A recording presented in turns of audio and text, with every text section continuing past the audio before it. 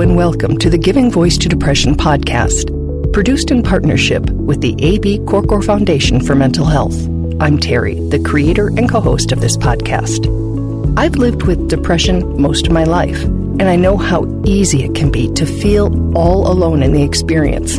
I'm not alone, and you aren't either. And I'm Dr. Anita Sands, a licensed clinical psychologist with a number of my own diagnoses, all of which bring a certain amount of anxiety and depression along with them. There is great power in shared experiences. We share our own as we engage in intimate and candid conversations with our weekly guests, exploring different perspectives on and experiences with depression. We keep it real because depression is real. We keep it hopeful because there truly is hope, in spite of what depression tells you.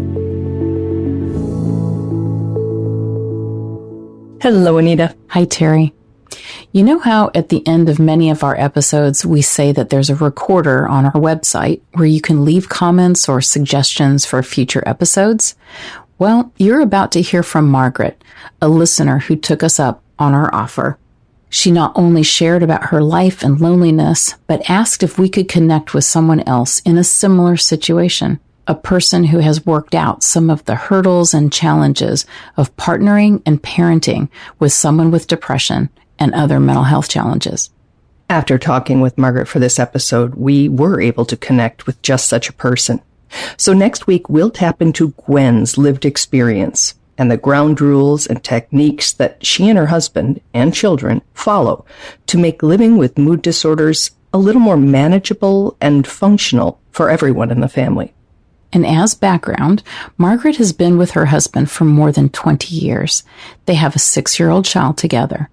About a year ago, after his symptoms worsened, he was diagnosed with treatment-resistant depression, anxiety, and executive function struggles. She says he takes meds that seem to be helping, and they have mental health support, including therapists and a psychiatrist. But it's still really hard, and she often feels very lonely and unsupported. It's a story that many of you will relate to, because depression and other mood disorders affect more than just the person diagnosed. So here now is Margaret giving her voice to depression.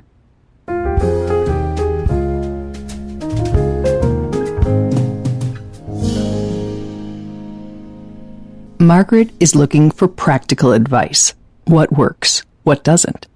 How do you partner with someone whose depression can make them unavailable? What have you figured out that could shine a little light on the dark, lonely path to make it even a little bit easier to walk? Here's how Margaret asked for that in her original outreach recorded on our website, as we just mentioned. We play it, in part, with her permission. It's really hard living with someone with depression, and I've gotten so much insight from your podcast and all of the people who have given their voice to depression, and that helps me to so much has helped me to better understand this illness. And my husband, when he received his diagnosis, it was so great to have a name and to know that there was an illness and not that it was just a person being difficult. And yet it is so hard. And I'm just curious if you've ever talked with anyone either who has depression and is in a long-term committed relationship and with children. I know there's things that I need a partner to maintain a home and share parenting, and there have to be other people like they're out there in similar situations, and it would be really great to learn to hear voices and words of wisdom. Words of wisdom. How's that for a nice script flip? Realizing that the parts of our lives we probably seldom discuss in any real detail, and may even hide, contain lessons that could prevent someone struggling in a similar way from having to figure it all out by themselves. And man, that depression, when it's rearing its head, it is just so very, very hard. If there's anyone out there that can give advice on what to do when you're trying to do the things that need to be done or that you want to do with your spouse, life partner, person that you've chosen, and the depression is taking control and that the response is just defense and pushing away. It'd be great to learn from others. It's interesting because when we hear or say, if you're struggling, reach out, I think most of us think of the person with depression, but everybody directly affected also needs support at times. Right. I thought that I sort of knew about depression, but there's so much to learn because a lot of the things that I kind of, I guess just like a layperson thought of depression, I'm like, they don't really match what I'm experiencing with this person that I love and I live with.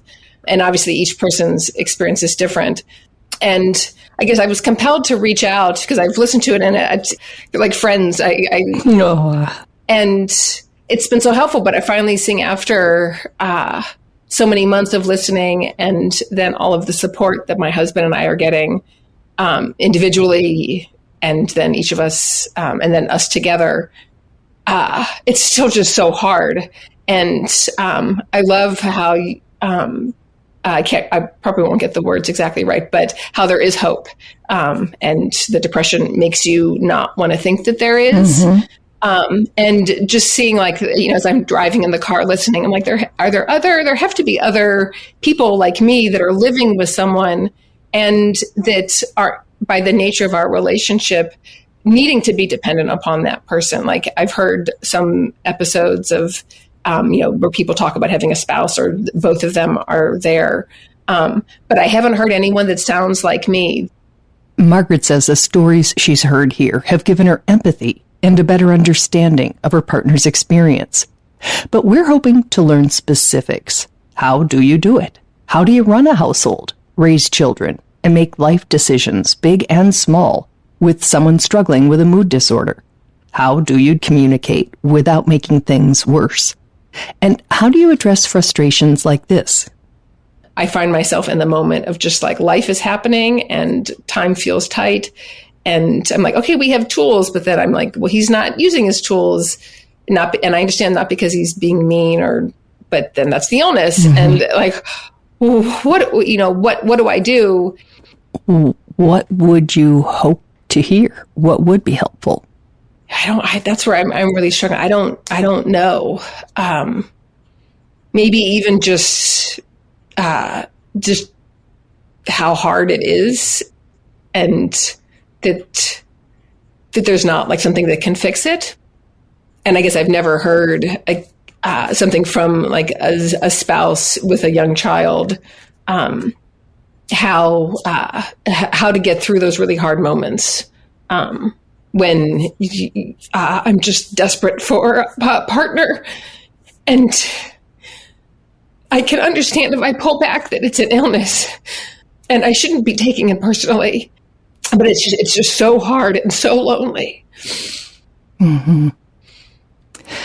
When you talked about hope, I have learned and I have experienced that depression tells us that there's kind of no reason to hope, that it's never going to change. I have lived on multiple occasions with someone with a serious mental health condition. And I know that I experienced as a caregiver a similar loss of hope, right? Because you just sort of look at the situation and you think like, is this my life forever? And I don't know that there's an understanding of how it like pervades the air in the house. Oh. You nail on the head. Oh my gosh. And I think part of it that's of, our situation here that's so hard is that, I know I read things that I'm the caregiver. And in some ways, if I felt like I had a role, like my husband got a cold recently and it was actually lovely. It felt like old times. Like he was just like sick in bed and I brought him tea and vitamins and herbs, and like it was clear of what I could do. He wanted to receive that, and with the depression, it's not always clear. Like there's a pushing away from him. And so it's not clear what I can be doing. I don't feel like a caregiver. Because what kind of care can you give someone who isolates, pushes you away, and likely doesn't believe that anything you could do would help? Because depression's telling them nothing will help, and they'll always feel the way they do. It is so hard on both ends. This is a part of him. And it's not that I'm like, okay, we have to make the depression go away, but to find ways that he can engage in the varied responsibilities and aspects of his life. Even with a compassionate understanding of the illness, we can still long for lightness, shared responsibilities, and a sense of true connection. And things between us, like there would be periods of conflict or, things not working well between us, but then we'd come back together and we'd click and it would feel like, oh, okay, there it is. That's that invisible thing that you can't see. But when you're in it, you're like, oh yeah. Like I always think, I see two people walking down the sidewalk and I never know, are they two people that just met at a bus stop or are they soulmates? But those two people know what their connection is. But it became and is still longer and longer in between when we get those points of connection. Margaret says their family and friends, even the close ones, don't really understand the situation or check in to see how either of them are doing. Not to say that they maybe inside, just don't know what to say. Yeah, the support is not there, which, and I know that there's, stigma, and the only way that that's going to change is people to talk about it more. We are not taught to have uncomfortable conversations. In fact, I think most of us are probably taught implicitly or explicitly to avoid them. But if you had the power to make your inner circle, at least, understand some core realities about what it's like to have a husband, to have a partner with depression, to try to raise a child with that partner, and to feel all the feels that you have, caring and wanting him not to hurt, and hurting yourself, and being afraid how this might impact your child and all of it. What do you most wish they understood? I wish they understood how lonely and hard it was. I wish they'd pick up the phone and call. I wish they'd ask. And I guess, the whole casserole, if it was a different illness, I had cancer a bunch of years ago. And so I know what that support was like. And I know the way that we communicated with our friends and family and how that circle grew. It's so much harder dealing with something that, there's not like, okay, well, in surgery, we're going to have a surgery on this date, and then this procedure is going to happen on this date. But yeah, if people understood like how lonely it is and how it affects everything. I mean, oh my God, everything. Like, there's nothing in this house that it hasn't touched. And I don't mean that it's like, oh, we have to do something because he's broken, but he needs support because he's not able to thrive in his best self. Margaret says in the decades of their relationship, they've weathered a lot of life together, creating new normals, like when they became parents. She'd like to be able to manage this mental health journey as a team, too. And that's something that I'd like to be able to do with him. And that's where it's like so hard because the nature of the illness is for him that we're not working together most of the time, that there's not an interest in, let's figure out how do we support each other in what our needs are right now. Okay, so your needs right now. What would you like to say in closing to anybody who might be listening, who might have insight into your experience because they themselves are in similar situations, or they know someone who is, or they know of an organization or foundation or something that might be able to help? I'd love to know suggestions that people have for essentially a single parent that has very little free time. Your social network has gotten smaller. And this is so hard. This is kind of like, feels like when my husband and I are talking / arguing, and it's like, what do you want from me? And it's like, I want that thing that's like, I can't give myself. And I've learned enough that there's not just a solution, that it's learning how to get through each moment and trying to do that in a way that you can be proud of. And so I'd love to hear things that other people think that help them get through those little moments when you can't be in a meeting or with a group and it's just lonely and hard. I wish I could say something that feels really eloquent. There's no need. This is not an eloquent situation. Yeah. Yeah. You just want help. Yeah. I'll try to get it.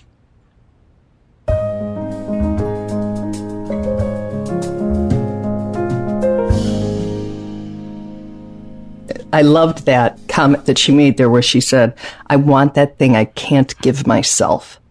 And which I actually did think was eloquent because, if we can do it ourselves, if we can give it to ourselves, if we can pay somebody to do it, all those kinds of things. But there are those intimacies when you're partnering with somebody that you can't give yourself.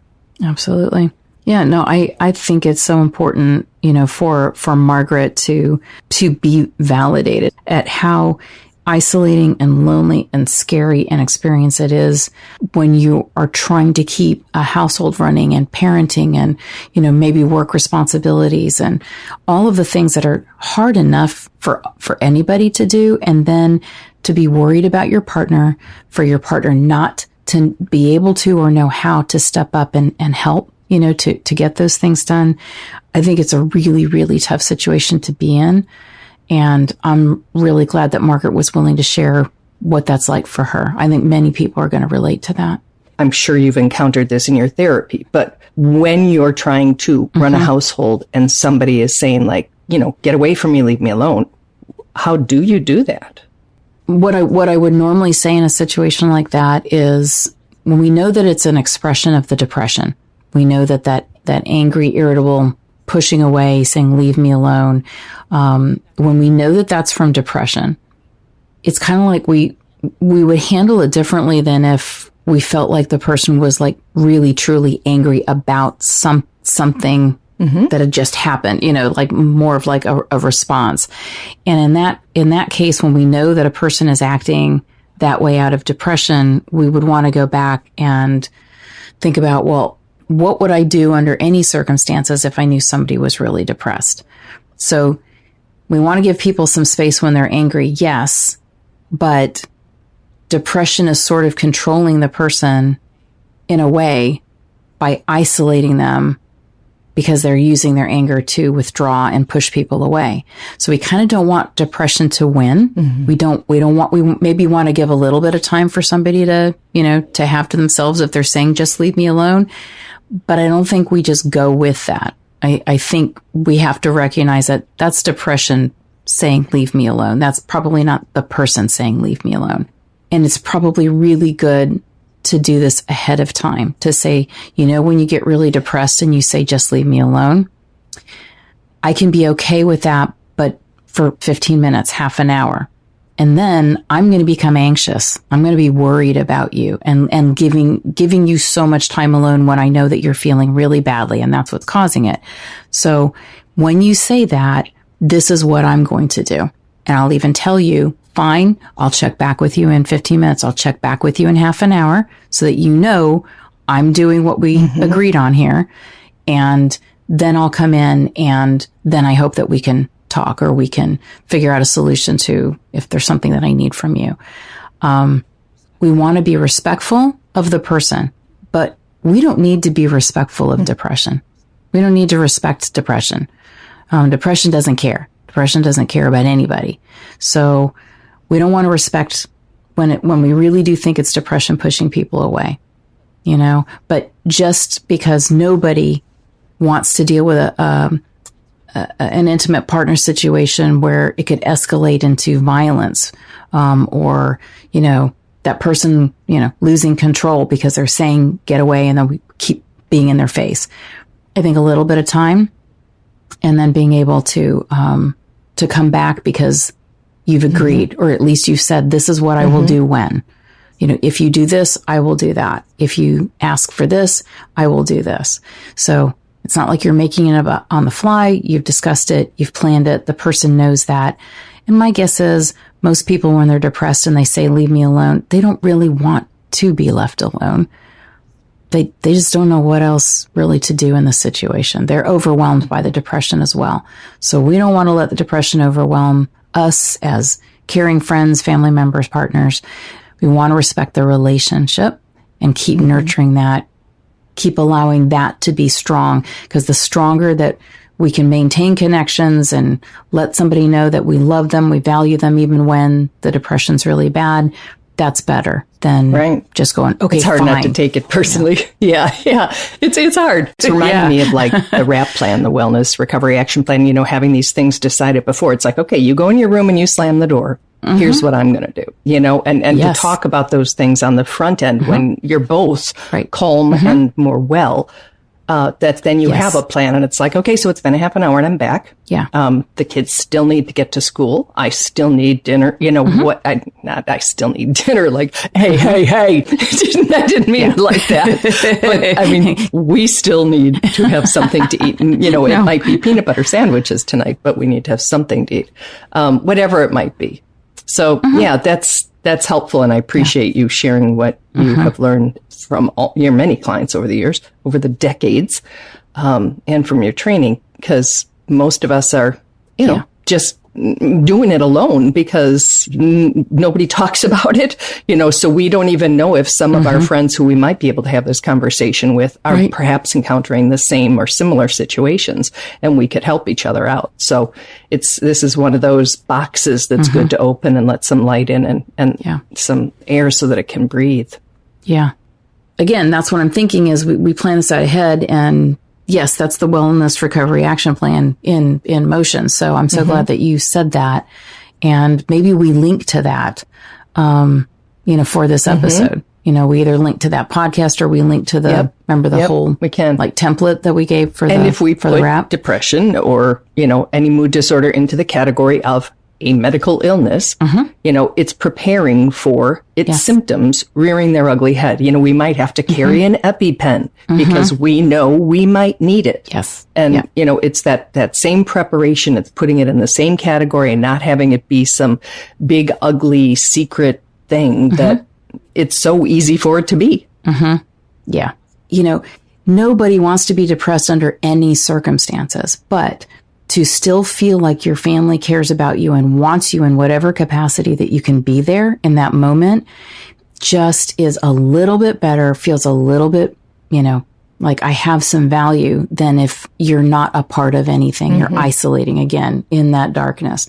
So meeting somebody where they're at and with whatever they can do. And really, if the only thing they can do is just, sit while other people are doing things, but you're including them and you want them to know that they're wanted and needed and valued. That's really, really helpful. So that all or nothing thing, we have to get rid of that. We go with what's, like you said, what's the smallest step of what I can do? What can you do?